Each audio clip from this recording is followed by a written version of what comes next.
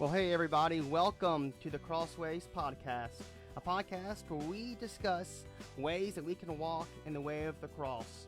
I'm your host, Jonathan Germany, and I'm the Associate Minister at Holly Hill Church of Christ. And with me, I have my good friend, Lonnie Jones, who's here to discuss with me how we can be patient. Lonnie, how are you doing right now? Well, hey everybody. I'm doing very well. How are you? I'm doing excellent. I am doing excellent. And thank you for joining me on this. It's always nice to be able to have people you've looked up to and you've listened to different youth rallies and different activities and now you're here and now we get to discuss together. So I'm excited. And so what's new in your area? I know we were talking before. You're staying pretty busy with lots of things.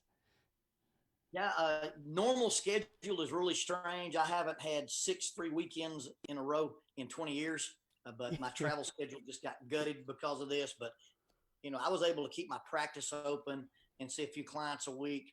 I do some projects with the police department, teach some at the academy and interface with some of their programs. So, yeah, I've been busy enough. Today, I came home after teaching 8 hours at police academy and my grandkids are here. And so I immediately got out of the truck, went to we have a 3-story tower in the backyard we call Fort Gunner. It's got a giant slide and a zip line. And so I came immediately out of the truck and went outside and been playing on the giant slide and playing chase and fighting. It's awesome. Gunner and I will probably spend the night out there tonight. That'll be fun. Now let me ask, did you build that yourself? I did. I figured. It has 3 Class 2 utility poles, has a lower deck, an upper deck, and then some sky bridges. And it's ropes course material and ropes course standard approved. And I built it as a little project when Lonnie Beth said she was having minions. Okay, well, I like that. We'll be talking about patience, and I want to thank everyone who's tuning in. Looks like we have about 12, 13 people who are watching right now.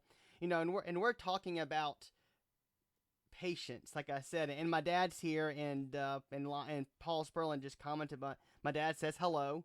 And for those of you who don't know, Lonnie and my dad, y'all were roommates in college, if I'm remembering correctly. No, Not roommates. We lived in the same building. I thought y'all were roommates. No, nobody can live with Jerry Germany. Well, yeah, I can understand that. But y'all were, I hear, y'all like to hang out and get into some trouble. And so he says hello. But for those of you in the chat, I would love for you to give some feedback. But as I said in my video, I'm excited to talk about patience because my wife claims that I'm the most patient person in the world. Except I think there's a word I'm missing. Maybe it was most least patient person.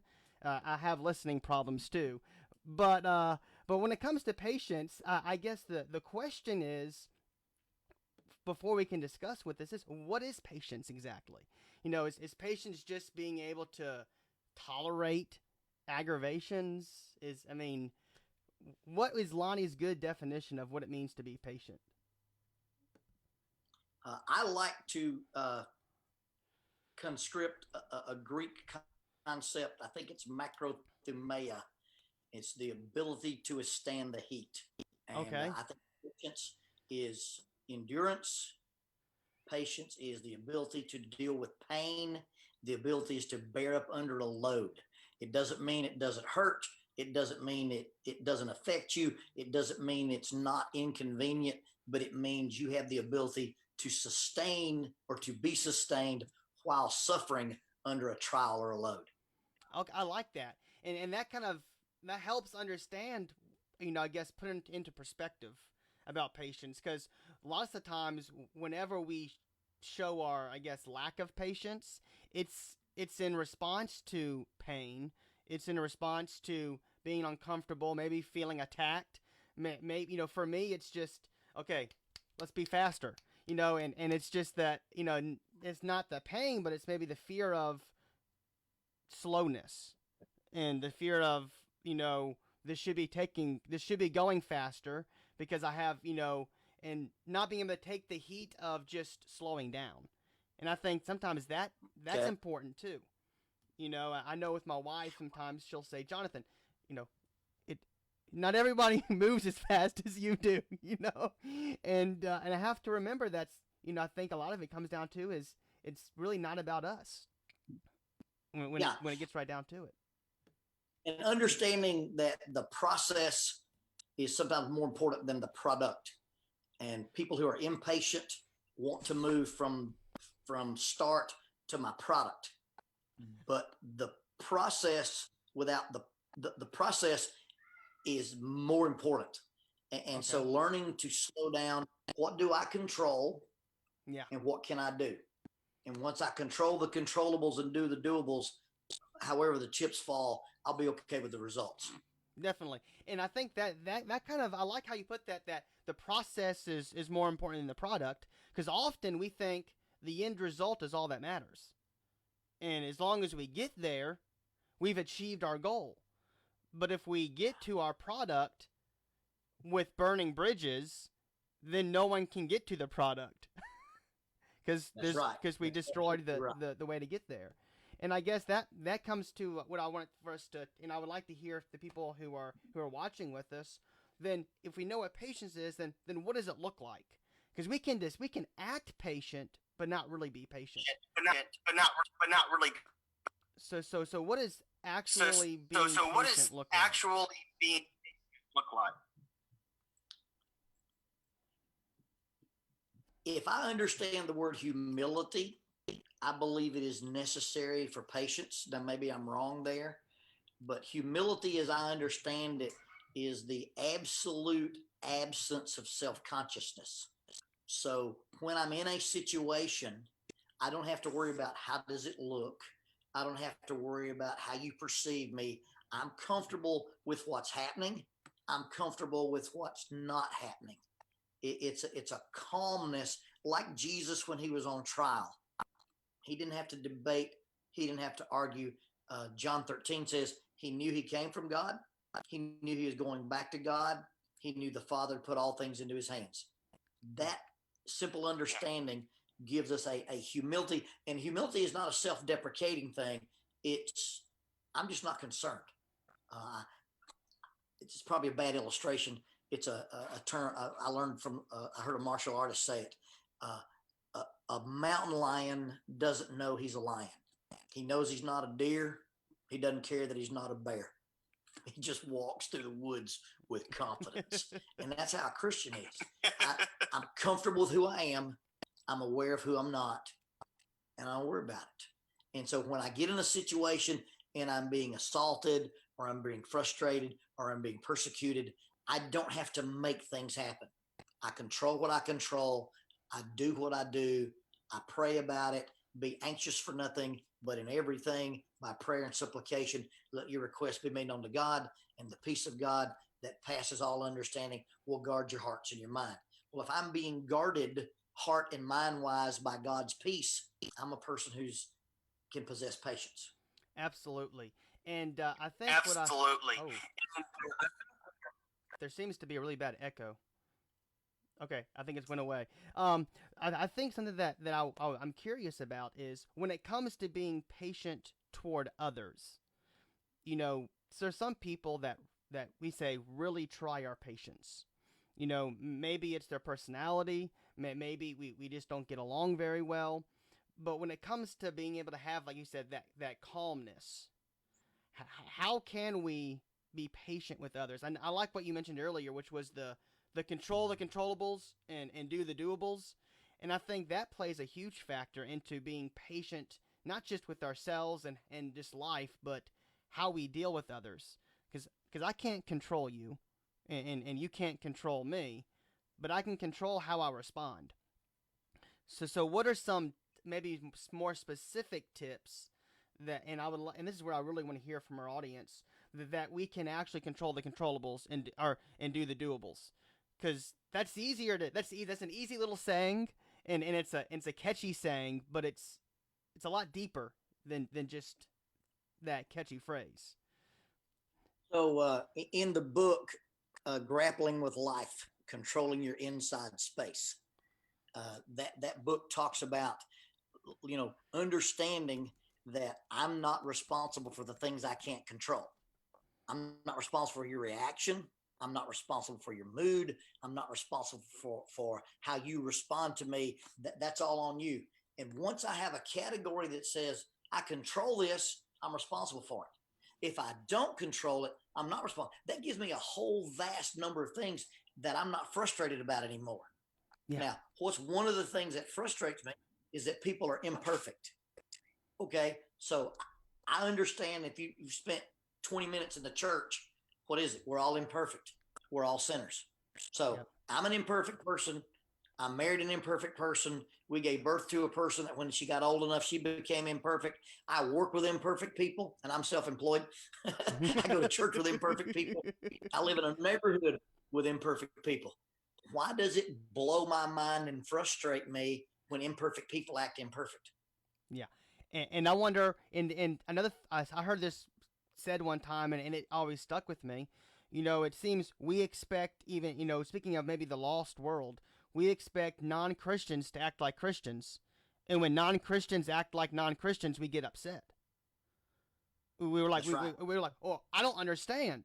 Now I can maybe comprehend because when we all claim to be Christians, I can maybe be disappointed and upset that someone's not acting like Christ. I still have to be patient, but why are we surprised when, like you said, when imperfect people act imperfectly? And I think if we Right. can remember that, hey, I'm imperfect too, and unless you're just super arrogant, you know that you're not perfect, and that you make mistakes.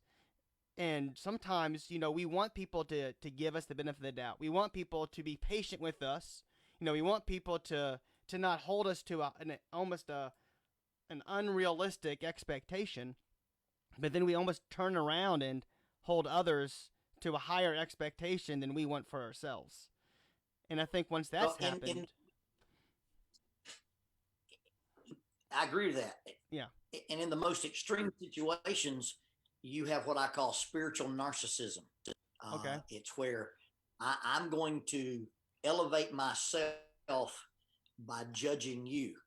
Well, in order for me to come to a condemnation of you, I've got to be intolerant of your flaws. I've got to be intolerant of your imperfections. And all of a sudden, I expect you to act on my maturity level. Well, that's just not reasonable. yeah, And if we all were supposed to ascend to the same level, but everybody grows at their own pace. And so when you begin to talk about how do you deal with people that frustrate you, one is making sure that the criterion I measure myself by is I'm comparing myself to Christ. I'm not comparing myself to you. And if I'm not comparing myself to you, I don't need to be impatient with you. yeah. Yeah, and I see Trey Morgan just joined. It looks like, and he and his wife do a lot of marriage counseling, and marriage seminars. And I think in marriage, patience really plays a big key. And now I'm a fairly young guy. I'm fairly new in marriage still. Married less than 10 years. But one thing, if I've learned anything, is I can't control my wife as often as maybe I feel like I need to, or I feel this urge to fix things. If I worry about myself becoming more like Christ and setting that good example, and she worries about her becoming just like Christ and her setting an example for me, then and we're patient with each other and bear with one another's mistakes and imperfections, then we can work together instead of almost working against each other. It seems. But when those tables turn, I'm sorry. Yeah. No, go ahead. No. You got it. Okay. Well, you talk about, when those tables turn, I think one of the problems with this idea of patience and patience with others is we have an unconscious belief that if I do what I'm supposed to do, you'll do what you're supposed to do. And when you don't do what you're supposed to do, somehow it frustrates me because I think that's an indictment against me. Matthew 5 says, you love your enemies, you pray for those who curse you in order that you may be sons of your father. My behavior toward you is because of my God self-identity, my spiritual self-identity. I'm a child of God. I can't say that I treat you the way I treat you because of the way you treat me. Your behavior has nothing to do with it. But so many times we superimpose the idea that if I'm a good guy, you'll be a good guy. If I'm a good neighbor, you'll be a good neighbor. If I'm a good spouse, you'll be a good spouse. And then when somebody isn't quote unquote good, we think that's an indictment on us. I must have done something wrong to make them act that way. That's not true. My behavior is not controlled by your behavior. My behavior is controlled by the idea that I'm a son of God. Yeah, absolutely. And looking at how we deal with others, I can't help but think of Matthew 18, where you had this servant who owed really an amount that was unpayable. There was no way he was going to be able to pay back what he owed. And the master forgave him and had that, that's grace, forgiveness, and mercy. But patience really factored into that too, because, well, one, there was almost some implications. It had been some time. And he showed that patience and, for, really mercy by saying, you no longer owe that debt. Well, then instead of going and celebrating with all his fellow servants and then saying, you know what, because I've been shown this, I've been shown patience, mercy, and forgiveness, I'm going to share with what I've been given and extend it to others. He turned to someone who owed him almost nothing in comparison, something that was actually very payable, and that was, like I said, pennies compared to what he owed. And he demanded that it was paid back and showed no patience and demanded that the man be thrown in prison until he could pay it back, and showed no similar type of behavior. And then, of course, he was cursed, and Jesus used that as a teaching example about us extending that same type of, I guess, love toward others. So, I think it's important when we're talking about patience for us to remember that God has extended us patience. And time again, I'm just glad, and I said this in my video this morning, I'm just glad that God didn't decide to stop his patience after the first time, or after the second time I messed up, or even the third, fourth, fifth, sixth, and so on times. He always extends us that unconditional love, but really unconditional patience. And it seems we have our moment where we say, I can be patient up till this point. And once this point arrives, then it's no longer my fault if I'm not patient, because they deserve it. And I think that's a grave mistake. And I guess, remembering that we've been shown things that we don't necessarily deserve. We didn't deserve Christ. And it's not about what people deserve, but it's about us being transformed to be like Christ. Right. And giving people what they need rather than what they deserve is the idea of patience, because I'm not trying to make my books balance. I'm not trying to get even with you. I'm not trying to make you be even with me. I don't owe you anything. There's no unfinished business between us. And so it's easy for me to tolerate something that is, I'm waiting on you to mature before you can behave. That's patience. I'm waiting on you to recognize that maybe you should apologize. And I tolerate those things in order to help you grow and let you reach a position of maturity without me having to force you into it, or even in some way put an indictment against you or talk about you bad in some way. Yeah. And this idea of this unforgiving servant, I think there's kind of a twofold idea, is that we forgive because we've been forgiven. Mm-hmm. How patient is God with me, like you said? And if I understand how patient God is with me, the trickle-down economics says that's how patient I should be with you. Now, at any point that I'm not patient with you, how does that parable end? Yeah. The master finds it and says, look, you didn't pass on this forgiveness. You didn't pass on this patience. So I'm going to retract it from you. And Jesus emphatically states that you will be forgiven based on how you forgive other people. And so the patience, the endurance, the ability to put up with your imperfections, Paul says in Ephesians 4, bearing with one another, put up with each other's faults. I think it's what it says in Colossians.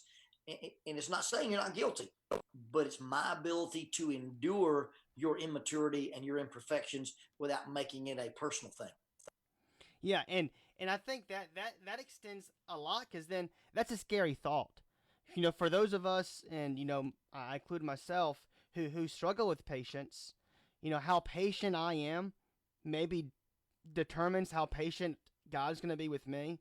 How forgiving I am determines how forgiving God's going to be with me. That can be a sobering thought. Whereas, hey, you need to do a little better, and maybe that could be motivation. But the motivation shouldn't be out of fear for punishment, but it should be out of our love for God and our will and our desire to become like Christ. Because if we truly say I'm a Christian, we're saying I'm Christ-like. And if we're not being Christ-like, then someone once said that that's one way of taking the Lord's name in vain, by abusing His name and by misrepresenting who He is. And that's not something I think any of us really want to do. So in the Sermon on the Mount, Jesus does the Beatitudes, but then He says, I don't want you to think that I came to destroy the law. I came to fulfill it. And unless your righteousness exceeds the righteousness of the scribes and the Pharisees, you're not going to make it to heaven. I believe this was an indictment against the Pharisees' version of righteousness. Mm-hmm. And in the Sermon on the Mount, their righteousness was built on 4 pillars. It was their moral code, and He talks about internals versus externals, lust versus adultery, murder versus hate, making a vow and not having to swear yes is yes, no is no. They built their righteousness on their performance of spiritual disciplines, praying, tithing, and fasting. Jesus said, you do those to please God, not to please men. They based their righteousness on their relationship with money. And then the 4th pillar of their righteousness was how they compared themselves with other people. So in Matthew 7, Jesus attacks that pillar as well and says, don't judge unless you want to be judged. And the judgment you use will be judged against you. The measure you use for others will be measured against you. And so there you have, are you intolerant of people's small imperfections while ignoring your own big imperfections? I've got this plank, I got this I-beam sticking out of my eye, and I'm going to pick on you about a sawdust. And I think in the modern religious world, we have become nitpicky on people who don't dot their I's and cross our T's just like us, and we're willing to condemn them. I think that's an example of us being impatient and letting mm-hmm. God work with people's maturity and development rather than us becoming judge and jury. Yeah, and I once heard someone say, and I think I brought this up last week, but it was, I wish I had, I wish I had time to point out other people's faults, but I'm too busy pointing out my own. Sometimes I feel like we point out other people's faults almost to avoid addressing our own. And, we're maybe impatient with others because maybe deep down we're not as confident or we know we're not as pure as we ought to be, but we're almost too scared to address that imperfection. It's super easy to have a self-selected criterion and use other people as your measuring stick. It's unfortunate that we want to build our righteousness based on somebody else's imperfections. And if my measuring metric is Christ. Well, Absolutely. I've always got work to do, and I don't have to worry about you. Yeah. And now, I think, yeah. I do think that there is, as iron sharpens iron, we give each other admonition, we give each other exhortation, we help people perform in a way that is, Paul says, you say things that are necessary for edification, that it brings benefit to the hearer. Yeah. Constructive criticism makes you better. When I tell you something just because it makes me feel better, that's just criticism. And so you got to ask, why are we talking about these imperfections? Is it to elevate myself? Is it to score points? Or is it a thing that brings mutual edification and helps us both be better? Yeah, I think of Jesus when he's sleeping in the middle of the storm and his disciples are terrified. You're talking about giving people what they need, not what they deserve. When they wake him up, his first action isn't to chastise them. He first calms the storm in the sea, and then he turns and says, "Why did you doubt?" He didn't wake up and start fussing at them before he fixed the problem.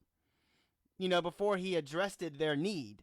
And at that time, their need was, okay, they need to be calmed down, and then once I give them some kind of security and ease their fear. Now I can turn and say, you should have never been scared in the first place. And I think that order is an order we need to remember. When people maybe not be acting the way we think they ought to act, and maybe the way they actually ought to act, our first reaction shouldn't be to chastise, but to comfort and lead them to Christ in a loving and patient way. People don't change overnight. And I think Right. that's part of our problem. When it's something that we can't comprehend and something that we don't personally struggle with, I've been guilty of thinking, I just don't understand why they just don't get it. And the moment we give in to that thinking, we begin to be very impatient toward those individuals, because instead of trying to understand, we almost make it their fault. They don't get it. I do. It's their problem. And that's not healthy. No. And when you think that on your most basic level, all human behavior is adaptive. I'm doing what I do because it works for me on some level. Well, a lot of times people's imperfect behavior is because they are struggling with a fear, a trauma, a frustration, a doubt, an insecurity. And we focus on the behavior. We want to pick the fruit and not deal with the root. And when I understand that when a person acts aggressive, they're insecure, that children often act angry when they're actually afraid. And once I start looking at what is this need that they have, just like the disciples had the need for the storm to be calm before you address anything else. And I think we too often look at people's behavior and think that that is the problem. The behavior is a symptom of a problem, and patient people look to the problem and not just react to the symptoms. Definitely. And I think, coming full circle, it's then remembering again who we're supposed to become like. Become like Christ. And then, you said control the controllables. I can't control their feet. Maybe it's their reaction right now, but I can help them, and I can control who they see through me. I often tell our teenagers we're supposed to be lights of the world, not a big spotlight in someone's face blinding them. If we end up saying, you should act this way, and we shine a light right in their face and their eyes and they can't see, well, that's not helping them walk in the truth either, because now they're blinded. And but we should be able to be lights so they can see and not be obnoxious or rude or impatient about it, but actually being a source for them to be able to find the right path. And that's all about becoming more like Christ and realizing that you said being humble. We're not. It's not just about me being like Christ, but it's almost about us becoming like Christ together. Yes. Yeah. So when I start thinking about how I want you to behave, that's not the goal. What do I want you to become? Mm-hmm. And when I change who I am, it will affect my behavior. And what do you have to do when you're waiting on people to become? That's patience. Mm-hmm. Waiting on somebody to mature. Teaching somebody, teaching somebody to hunt. Well, when you take your 4-year-old grandson hunting, you're not hunting. You're just roaming around in the woods, letting him pick up sticks. But as you teach him, you're not expecting to go out with a 4-year-old and kill a deer. You expect to go out with a 4-year-old for his attention span until he gets either tired, cold, or scared and go back in. But if you make him stay out there 8 hours and this is how you deer hunt, he'll never go back. But if you stay 30 minutes and he wants to go drink hot chocolate, you go, okay, cool. And you go back in. The next time you ask him to go, he'll go with you and he'll stay longer, and then he'll start appreciating. And that's the same way with Christianity. We want to bring people from right where they are to where they need to be, and we're impatient with people growing. Because I guess, I know for me, it's impatience comes whenever it's silence or being stagnant. And, and those two things are important when we're waiting on people to be who they need to be. Or, becoming who they should be. Because that means it might require us to be silent. and it might require some awkward moments, but it also requires us to. They may not progress like your 4-year-old. He's not ready to go out and spend 8 hours, but a little bit of time he can do that, and that might be that it might feel stagnant to us in the moment, but it's really not. And spiritual growth is very hard to quantify, and we've turned it in to a metric of how many appearances do you make at a building, how many activities are you involved in. And when Paul talks about spiritual growth, it's love, joy, peace, patience, kindness, goodness, faithfulness, gentleness, and self-control. And so those are qualities, not necessarily activities. And it's very hard to measure qualities. Mm-hmm. And so when you look at what does it mean to be spiritually mature, we want them praying prayers or giving lessons or being able to debate this topic or answer these difficult questions, when really, as they grow in qualities, you change the quality of a person, their behaviors follow that. Absolutely. And so when you think about, how have we measured spiritual growth over the years, we've used an external measurement rather than an internal measurement. Yeah. Almost we've measured head instead of heart. Now, head needs to play a factor in it, but if the heart's not there, it doesn't matter how much I know. It really doesn't. Right. And knowing and not doing is the same as not knowing. But knowing and doing for the wrong reason is no good either, because Paul, when he talks about the attitude of love in 1 Corinthians 13, says, no matter what you do, if you're not motivated by love for God and love for others, it doesn't matter. Yeah, absolutely. I'm just a noisy gong and clanging cymbal. I'm just a racket. Yes. Something that nobody wants to hear right now. Well, hey Lonnie, it's been fun. I think we're about out of time.